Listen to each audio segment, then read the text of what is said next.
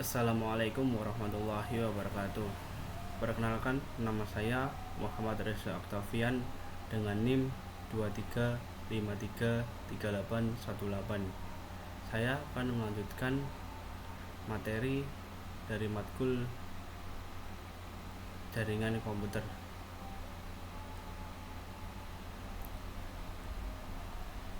Materi yang ke 1.6 yaitu judul jaringan yang andal. Selanjutnya poin 1.6.1 yaitu arsitektur jaringan. Pernahkah Anda sibuk bekerja daring tetapi kemudian internet mati? Seperti yang Anda ketahui, internet tidak mati, Anda hanya kehilangan koneksi. Hal ini sangat membuat frustrasi dengan begitu banyak orang di dunia yang bergantung pada akses jaringan untuk bekerja dan belajar. Jaringan harus dapat diandalkan. Dalam konteks keandalan berarti lebih dari sekedar koneksi Anda ke internet. Topik ini berfokus pada 4 aspek keandalan jaringan, yaitu peran jaringan telah berubah dari jaringan yang hanya menyediakan data menjadi sistem yang memungkinkan koneksi orang, perangkat, dan informasi dalam lingkungan jaringan yang kaya media dan terkonvergensi. Agar jaringan dapat berfungsi secara efisien dan tumbuh dalam lingkungan seperti ini, jaringan harus dibangun berdasarkan arsitektur jaringan standar. Jaringan juga mendukung berbagai macam aplikasi dan layanan. Jaringan harus beroperasi melalui berbagai jenis kabel dan perangkat yang membentuk infrastruktur fisik. Istilah arsitektur jaringan dalam konteks ini mengacu pada teknologi yang mendukung infrastruktur dan layanan serta aturan terprogram atau protokol yang memindahkan data melalui jaringan.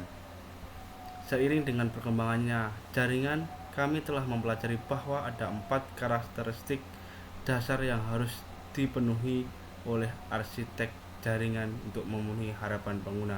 Yang pertama, toleransi kesalahan. Yang kedua, skalabilitas. Yang ketiga, kualitas layanan.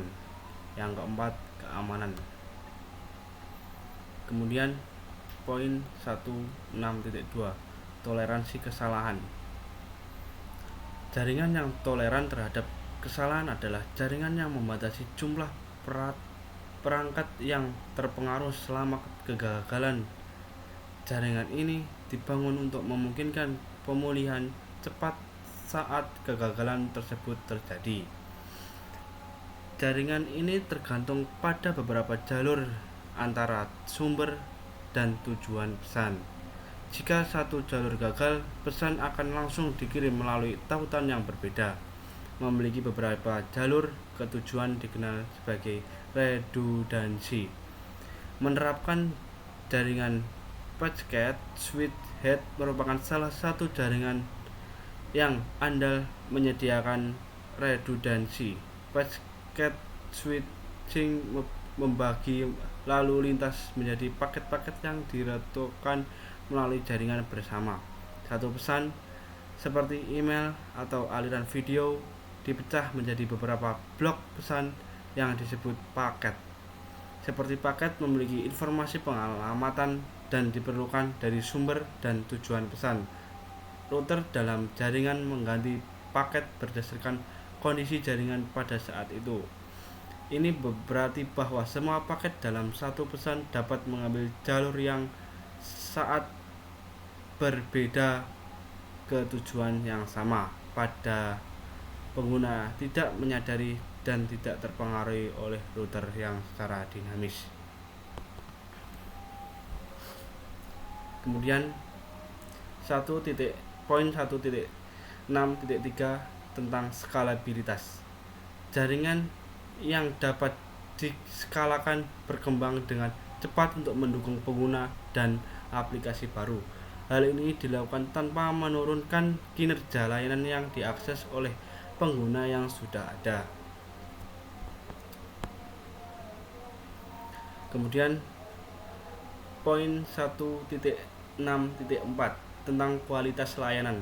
Kualitas layanan merupakan persyaratan jaringan yang terus menjadi saat ini aplikasi baru yang tersedia bagi pengguna melalui jaringan, seperti transmisi suara dan video langsung, menciptakan ekspektasi yang lebih tinggi terhadap kualitas layanan yang diberikan.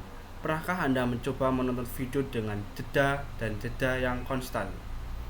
Karena data, suara, dan video terus menyatu ke jaringan yang sama, menjadi mekanisme utama untuk mengelola kemacetan dan memastikan pengiriman konten yang andal kepada semua pengguna.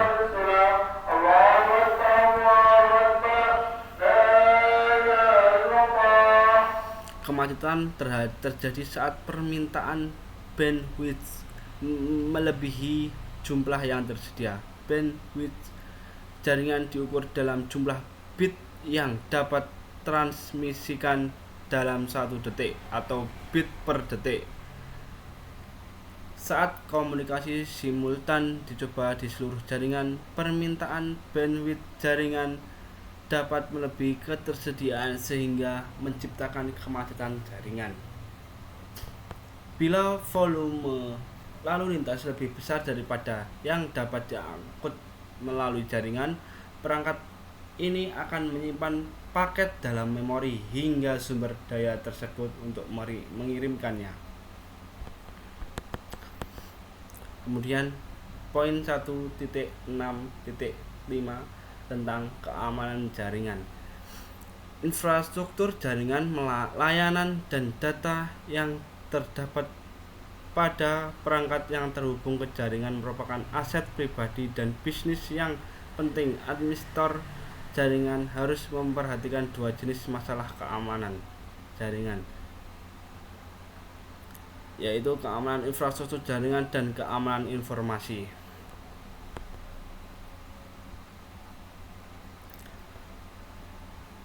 Keamanan administrator jaringan juga harus melindungi informasi yang terdapat dalam paket yang dikirimkan melalui jaringan dan informasi yang tersimpan pada perangkat yang terhubung ke jaringan, yaitu ada 3: kerahasiaan, integritas, dan ketersediaan.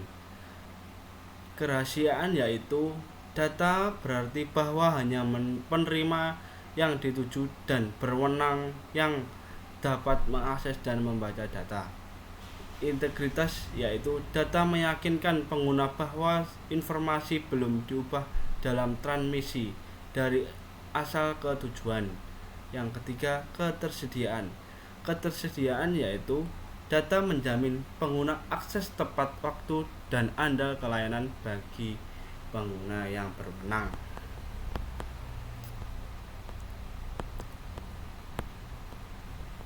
Selanjutnya,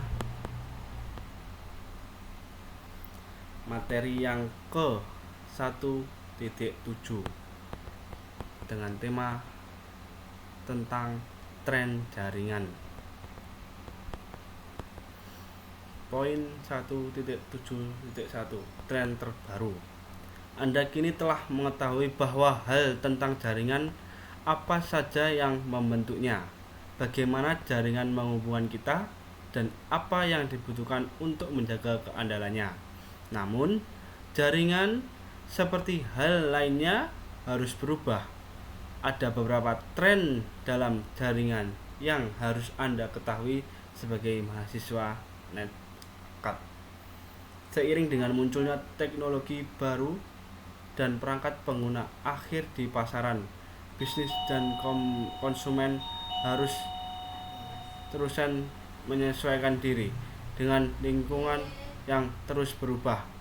Ada beberapa tren jaringan yang memengaruhi organisasi dan konsumen. Yang pertama, bawa perangkat Anda sendiri, yaitu BYOD. Yang kedua, kolaborasi daring. Yang ketiga, komunikasi video. Yang keempat, komputasi awan. Poin 1.7.2 yaitu bawa perangkat Anda sendiri. Nama lainnya BYOD. Konsep perangkat apapun untuk konten apapun dengan cara apapun merupakan tren global utama yang membutuhkan perubahan signifikan pada cara kita menggunakan perangkat dan menghubungkannya dengan jaringan secara aman. Ini disebut bring your own device. BYOD memungkinkan pengguna akhir memiliki kebebasan untuk menggunakan perangkat pribadi guna mengakses informasi dan berkomunikasi melalui jaringan bisnis atau kampus. Dengan pertumbuhan perangkat konsumen dan penurunan biaya terkait, karyawan dan mahasiswa mungkin memiliki perangkat komputasi dan jaringan canggih untuk penggunaan pribadi. Perangkat ini meliputi laptop, notebook, tablet, ponsel pintar, dan e-reader. Perangkat ini dapat dibeli oleh perusahaan atau sekolahan, dibeli oleh individu, dan keduanya. BYOD berarti perangkat apapun dengan kepemilikan apapun yang digunakan di mana saja. Poin 1.7.3 tentang kolaborasi daring. Individu ingin terhubung ke jaringan tidak hanya untuk mengakses aplikasi data tetapi juga untuk berkolaborasi satu sama lain. Kolaborasi didefinisikan sebagai tindakan bekerja sama dengan satu atau beberapa orang lain dalam proyek bersama.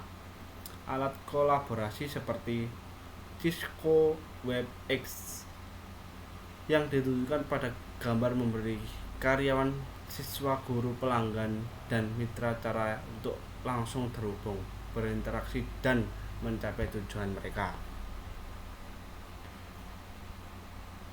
Kolaborasi merupakan prioritas penting dan strategis yang digunakan organisasi untuk tetap kompetitif. Kolaborasi juga merupakan prioritas dan pendidikan. Siswa perlu berkolaborasi untuk saling membantu dan pembelajaran, mengembangkan keterampilan tim yang digunakan dalam dunia kerja, dan bekerja sama dalam proyek berbasis tim. Poin 1.7.4 komunikasi video. Aspek lain dari jaringan yang penting bagi upaya komunikasi dan kolaborasi adalah video. Video digunakan untuk komunikasi, kolaborasi, dan hiburan. Panggilan video dilakukan ke dan dari siapapun yang memiliki koneksi internet, dimanapun mereka berada. Selanjutnya poin 1.7.6 komputasi awan. Komputasi awan merupakan salah satu cara kita mengakses dan menyimpan data. Komputasi awan memungkinkan kita menyimpan berkas pribadi, bahkan mencadangkan seluruh drive di server melalui internet. Aplikasi seperti pengolahan kata dan menyuting foto dapat diakses menggunakan awan. Bagi bisnis, komputasi awan memperluas kemampuan TI tanpa memerlukan investasi dan infrastruktur baru, pelatihan personal baru, atau lisensi perangkat lunak baru. Layanan ini tersedia sesuai permintaan dan diberikan secara ekonomis ke perangkat apapun dimanapun di dunia tanpa mengorbankan keamanan dan fungsi. Selanjutnya poin 1.7.7 tren teknologi di rumah. Tren jaringan tidak hanya mempengaruhi cara kita berkomunikasi di tempat kerja dan sekolah, tetapi juga mengubah banyak aspek di rumah. Tren rumah terbaru termasuk teknologi rumah pintar. Teknologi rumah pintar terintegrasi ke dalam peralatan sehari-hari yang kemudian dapat terhubung dengan perangkat lain untuk membuat peralatan lebih pintar atau otomatis. Misalnya, Anda dapat menyimpan makanan dan menaruh di oven untuk dimasak sebelum meninggalkan rumah pada hari itu.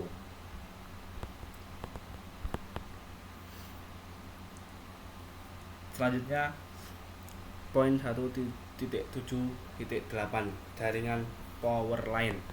Jaringan power line untuk jaringan rumah menggunakan kabel listrik yang ada untuk menghubungkan perangkat seperti yang ditunjukkan pada gambar tersebut.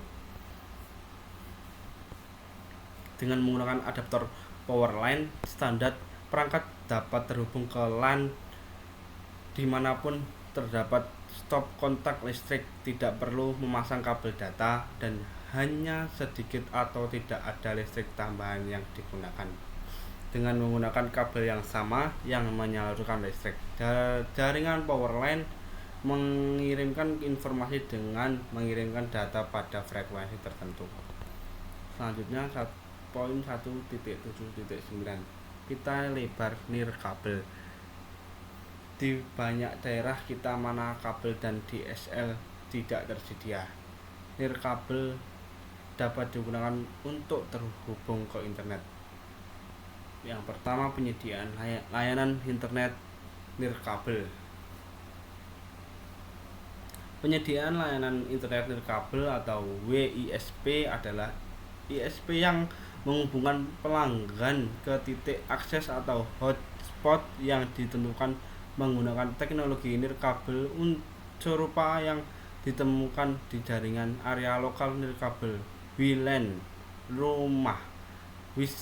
WISP lebih umum ditemukan di lingkungan pedesaan, tempat layanan DSL atau kabel tidak tersedia. Yang kedua, tentang layanan pita lebar nirkabel. Solusi nirkabel untuk rumah dan usaha kecil adalah pita lebar nirkabel seperti yang ditunjukkan gambar tersebut.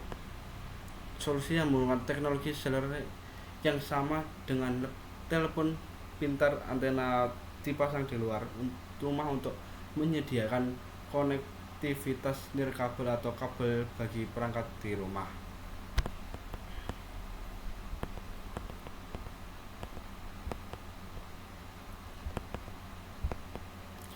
Selanjutnya 1.8 tentang keamanan jaringan.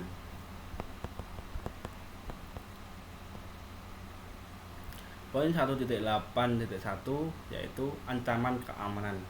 Anda pasti pernah mendengar atau membaca berita tentang jaringan perusahaan yang diretas yang kemungkinan pelaku kejahatan cyber mengakses informasi pribadi ribuan pelanggan. Oleh karena itu, keamanan jaringan akan selalu menjadi prioritas utama para administrator.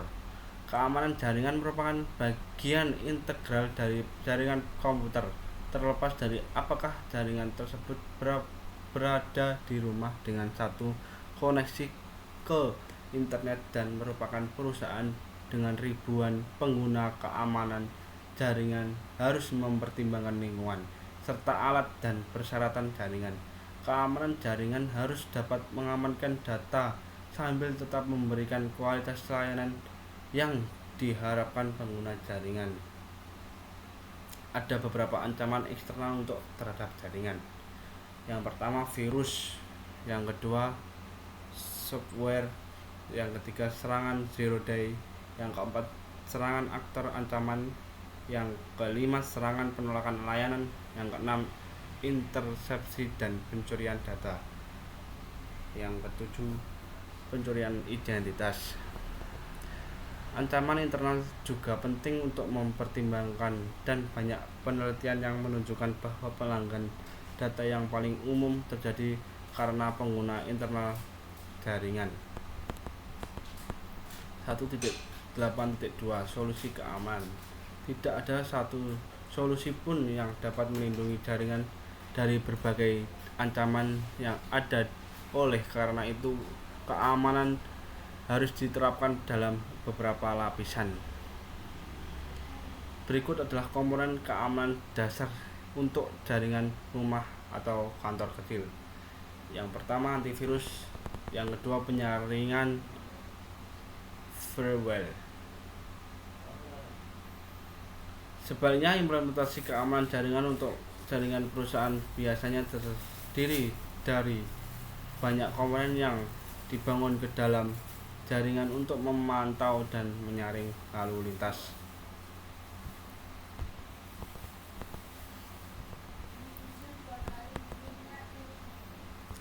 Yang selanjutnya 1.9 bab tentang profesional TI.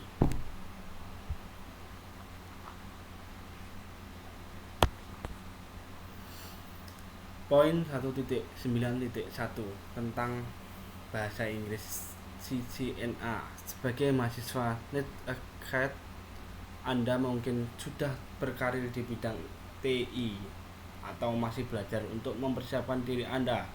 Apapun pilihannya, penting untuk mengetahui keterampilan yang dibutuhkan untuk memenuhi jenis pekerjaan yang tersedia di bidang TI.